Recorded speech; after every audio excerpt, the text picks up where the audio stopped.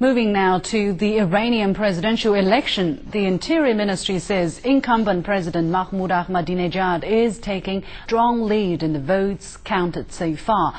Ahmadinejad has over 66% according to state media, and reformist candidate Mir Hossein Mousavi follows with 31%. Gui Xiaozheng has the latest.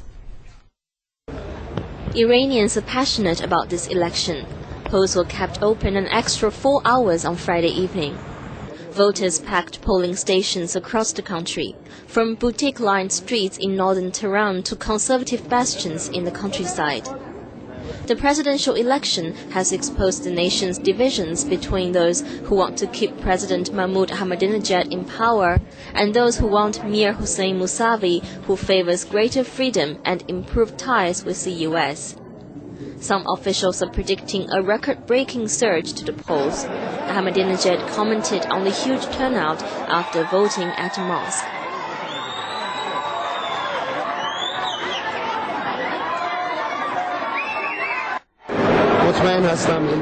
I'm sure the people's participation will open the way for bigger works and enlightened movements ahead for the Iranian nation. Reformist Mir Hossein Mousavi has become the surprise hero of a powerful youth-driven movement. He's accused Iran's telecommunication provider of shutting the system, which young voters frequently use to spread election information. He's also alleged that some of his representatives were barred from entering polling stations to monitor the vote.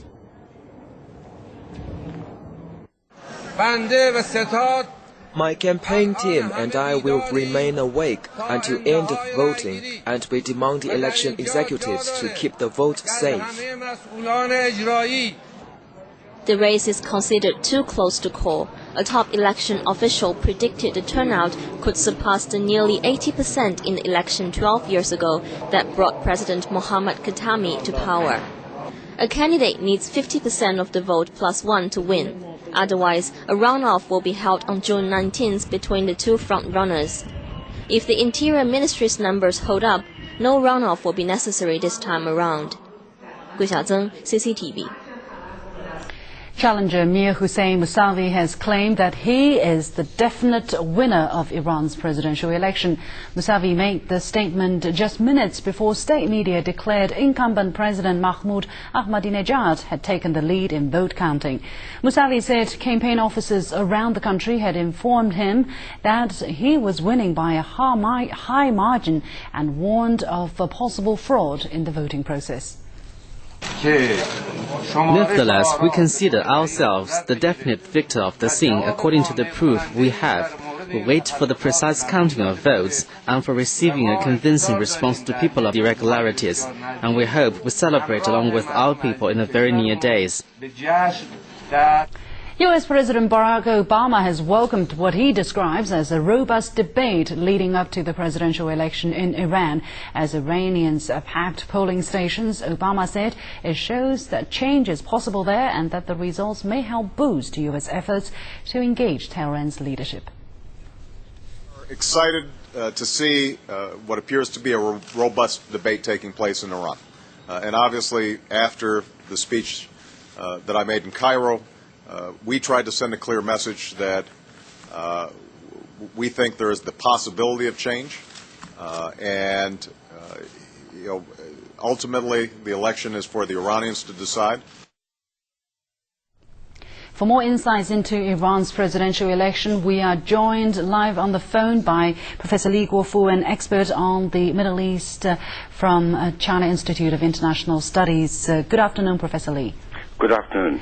Figures from the State Election Commission show that Mahmoud Ahmadinejad has taken an unbeatable lead over Mir Hossein Mousavi, although that result is contested by his challenger. Now, if the figures are true, what do you think gave Ahmadinejad the advantage? I personally believe Ahmadinejad be re-elected as second term of Iranian president is not a very surprising result. Despite his poor economic management, Ahmadinejad still is regarded as the most popular president in the Iranians, especially among the poor people in the rural areas. Second, many Iranians believe that because Ahmadinejad is very tough and aggressive foreign policies, and which led in the Western to acknowledge Iranians' rights to develop a nuclear program, and because of his position, raised the Iranian international status. The most important, I personally believe, Ahmadinejad enjoyed the support of the Iranian leader Khamenei, because many Iranians would follow the leader's call, and all these reasons I personally believe will lead Ahmadinejad to be re-elected as Iranian president. Well, if he is elected, would a second Ahmadinejad term see any possible changes in foreign policy, as you mentioned, and in its nuclear program and its relations with the U.S.? I personally believe the results of the election not very much affected, the Iranians' foreign policies, especially on the major issues like Iranian talk with U.S. and on Iranian nuclear issues. Because first, all the candidates so far, they have very similar positions on the issues, talking with American and on the nuclear issue. Ahmadinejad, before the election, he expressed himself. He is willing to talk with the U.S. The second is the Americans, despite, they would like to see very much someone else to be elected. But on the ground, they are preparing for dealing with Ahmadinejad. The most important thing, I believe, according to the Iranian constitution, the leader has the final say on major foreign Iranian issues. So whoever wins out of this election, on the major issues will be decided by the leader, not the president.